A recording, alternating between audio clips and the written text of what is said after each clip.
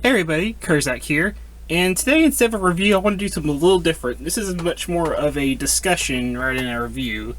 As in the Transformers community, ever since this figure has been announced and shown, there's been a bit of a discussion about what counts as a Voyager class. So if you don't know, this is the Studio Series 86 Hot Rod. He is both priced and listed as a Voyager class. And of course, you know, one of the main things that everybody's been talking about with him is, of course, his size. Because if you say bring in the Studio Series Deluxe like Cup here, you see he's about the same size. You're counting the fins, he's a little bit taller. And obviously, if you say bring in Earthrise Voyager like Skywarp here, you can see, yes, he's definitely size-wise, at least height-wise, smaller than what's commonly known as the Voyager class. And, you know, this isn't the first time this kind of discussion has come up. The first time I can personally remember something like this is with the animated Voyager Class bulkhead. He was rather small compared to other Voyagers, and even in his packaging you could kind of see he was a small vehicle. So it's not the first time we've had this discussion, but it's the first time it's become this much of a kind of not an issue, but a widespread argument. And today I'm kind of just here to give my 2 cents on it. And, you know, there is no right or wrong answer here. If he's too small, he's too small in your opinion. If his price point makes sense, his price point makes sense. It's up to each person if it's worth it or not, in my opinion. To me, it's worth it. Each person, it's worth it to them or not. There's not really an exact answer. But I'm here to give my reasons for why I believe he deserves the Voyager class. So yeah, as far as like Deluxe, Voyager, and Leader class goes, and even back when we had Ultra class, the main thing was usually the size. There was also gimmicks usually, like, you know, back in the day, you know, Ultra class and Leader class often had like little automorph gimmicks, or they had electronics built into them, stuff like that. But the main thing about the difference was usually the size. It was usually you were getting a bigger toy for the increased price. So why is Hot Rod here considered a Voyager then? Well, I would argue for many reasons he deserves the Voyager class. Even though he is size-wise the same as a Deluxe figure, he has a lot more going on. If we bring in back Studio Series Cup here for an example, Cup doesn't have wrist swivels at all. Like, he doesn't even have wrist swivels. Hot Rod here has wrist swivels. And yeah, obviously there's Deluxe classes out there who also have wrist swivels, but I have both Blur and Cup, and Blur technically has wrist swivels but are attached to the kibble, and Cup here doesn't have wrist swivels at all. That's the only too, the kibble. Blur has that massive kibble on his arms, Cup has, it's not a lot, but he has a little bit of kibble right here. Hot Rod here has almost zero kibble. Almost. He does have a tiny little, he has this little panel here, but this panel kind of makes sense because even the fins, you know, it's attached to where the fins are, and the fins, I don't count them as kibble because they're part of the look. If Hot Rod doesn't have his fins, he would look weird. He needs his fins. The only thing on him that would really count as kibble are these 2 tiny panels on the back of his arms that are barely noticeable and actually blend in color-wise. And then the back of his legs here. This is definitely kibble, but it folds away for the most part, and it's necessary for the car mode to look proper. So his kibble is extremely well handled. Another thing is he has opening fingers. And I have very rarely seen either Deluxes or even Voyagers who have opening fingers. And of course it's for the Matrix, so you can do the Matrix pose, but he does have, it's an articulation we rarely see on a figure. In fact, the only other figure I can immediately think of that we've got recently was the Earthrise Optimus. And he almost fits into the discussion perfectly because he kind of falls into the same category of, well, he's clearly a Voyager class, but his was a lot easier to understand why he was a Leader class because he came with his big trailer. It's not... So what I'm kind of trying to break this down as is, it's the same, for me, him being a Voyager is the same thing as Optimus being a Leader class. You're not just paying for the size of the robot, you're paying for what the robot can do and what it comes with. Optimus here was a lot more complex than most of the other Voyagers from our fries. And on top of that, he came with a trailer, so it's not so much that is Optimus worth $50, it's Optimus is $30, is a trailer worth $20 to you? And most people said yes. So that's kind of what I'm trying to break this argument down into is, not is Hot Rod worth $30, it's more of, is Hot Rod worth 20, and then is the stuff that he comes with that most Deluxe classes don't come with worth 10. So that's what I'm kind of trying to break this down into, to kind of give you the mindset that I'm going through with this. And one of the reasons to start with that is his accessories. Most Earthrise and Siege figures came with 1 or 2 accessories. All the Studio 86 figures come with 2 accessories, you know. Cup comes with his gun and his little Energon goodie thing. Blur comes with his little thing, his gun and the little thing that he uses to kind of fix stuff. I don't know what you call it. The welder, there we go. His little welder. Hot Rod comes with quite a bit.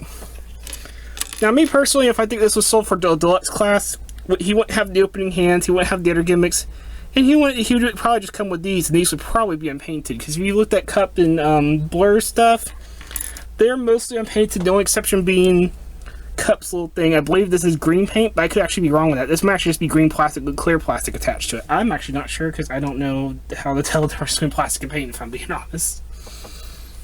But these are nicely painted all over with silver, except for the handles, which makes sense because the paint will just chip off.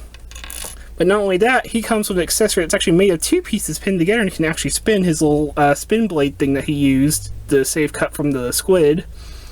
And you can see, once again, it looks nice, and you know, it's got silver paint on and all that. It's a pretty nice little accessory. He comes with these blast effects for his little smokes, his little pipes on the side of his arms. He comes with his own matrix. And it comes with an effect for the Matrix, because of course, you know, lighter, darkest hour kind of thing. That's quite a bit right there. That's, you know, if we're counting each piece individually, that's 7 accessories instead of 2. And that's the thing too, I'm not saying that just these accessories are worth $10. If you're telling me this was $10, it's arguable.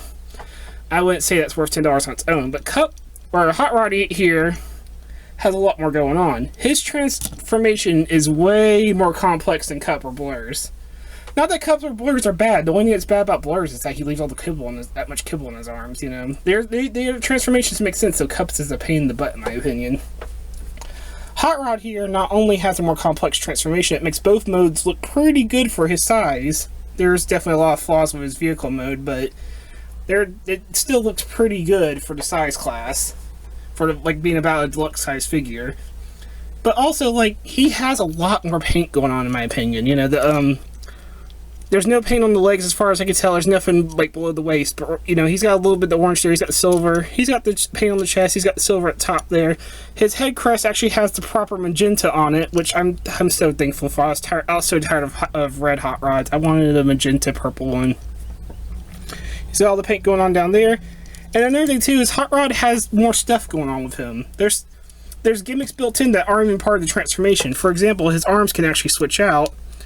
You can actually open these up, and this right here, this hinge right here where this arm opens up, that's not part of the transformation. This is exclusively just for the hand gimmick. So you can flip it around, and he now has his own little welder instead of having to put that big square thing like Blur does.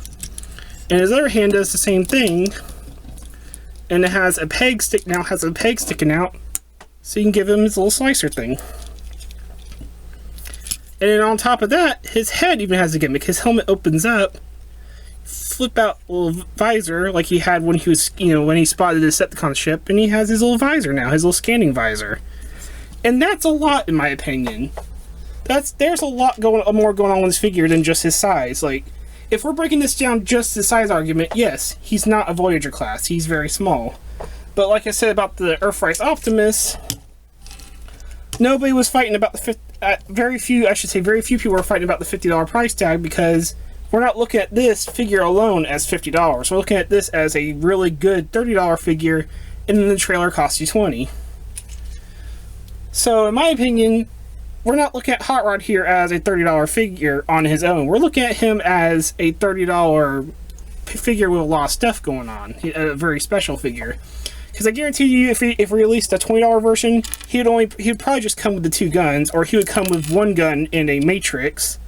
The gun probably would not be painted. It would probably just be cast in gray plastic. He wouldn't have the hand gimmicks going on, which means he also wouldn't have the stuff he actually had in the movie. I would almost guarantee he wouldn't have the visor. Maybe his transformation would still be pretty complex, but basically what I'm trying to say is, if you take all the accessories aside, don't count the accessories, if you're just counting what we have here with the complex transformation, the extra paint, and the extra little gimmicks going on with his head and his hands, I would actually argue this as a $25 figure. So then, in my opinion, these accessories worth $5 to me? And I would honestly say yes. There's a lot going on with all these accessories. There's a lot of different scenes you can do with all these accessories. you can make almost any scene you can think of from the movie using these accessories, and even some from the cartoon. So that's kind of how I'm breaking down this, is that, like I said, I keep bringing up the Earthrise Optimus, but I feel like it genuinely is the same argument. We're not saying that this is a Voyager class figure as far as size. It's the same thing as the Optimus. It's the higher price point comes from the extra stuff he can do and the extra stuff he comes with. Now, obviously, if you still think he's not worth $30, that's fine. If you genuinely think he's not worth $30, he should have been a deluxe, that's cool. There's nothing wrong with that. There is absolutely nothing wrong with feeling that way. That is how you feel, and you are allowed your own opinion. If you feel like he should have just been a deluxe class $20 figure because of his size, I'm behind you all the way. I can understand where you're coming from. But I just want people to at least think a little bit more. The whole point of this video is to have people think just a little bit more about what a figure is, more than just his size. Because if we're talking about just size, then go get the $30 Cyberverse figure. The one that, you know what I'm talking about, the Optimus and the Megatron, the Grimlock, who have very little articulation, have auto-transform gimmicks, and are huge. Like, they are way huge. They are, like, double the size of Hot Rod here, even bigger than the Voyagers for $30. They're huge for $30. But they do very little. They are robots that just stand there and they can transform, and that's it. Meanwhile, Hot Rod has a ridiculous amount of articulation, has a really nice amount of paint, has really neat gimmicks going on that actually fit the character and fit him from the movie. And he comes with a lot of stuff, you know, a lot of little stuff, but it's a lot of stuff, and it's all nicely detailed and painted and everything. Like, the Matrix is fully painted, these weapons are fully painted, it's all just very nice stuff. So, like I said, this isn't about who's right, who's wrong. This is just about thinking about a figure more than just its size and its price point. Consider why it might be considered at that price point for, you know, just past how big the figure is. Another thing to remember is that also, in order to have that complex transformation, he probably has more parts going into him than Blur or Cup. Those parts add up over time. It's the reason why Lego is so expensive compared to, say, something like, you know, Mega Bloks over here. Mega Bloks are cheap because it's huge. Making a Mega Block this big and making the same amount of Legos to the same size, the Legos are going to cost more even though they're smaller, because small parts cost more to make. You know, per piece, yeah, a Lego is probably still cheaper to make than one of these big old Mega Bloks. But per size, the Legos are going to be more expensive because they're multiple small pieces. Over time, it's actually more plastic. And I'm not going to get like a weight scale or anything, but I will say Hot Rod right here is heavier than Cup or Blur. So I do think he actually has more plastic going into him due to the amount of small parts he has. So yeah, that's just a general discussion, you know, discuss in the comments, discuss in Facebook comments, wherever this is posted. I'm just throwing my 2 cents out there, and like I said, in my personal opinion, I think Hot Rod is worth the Voyager class, just like Optimus from Earthrise is worth the Leader class. And that's all I wanted to put out. Just consider a robot for more than just his size, the size of the plastic. Consider what goes into the figure and what the figure is offering. This is Kerzac. I hope you enjoyed this little discussion video. I hope you enjoy this kind of stuff. I'm going to try to start putting out more content. And I hope you all have a great day. Take care.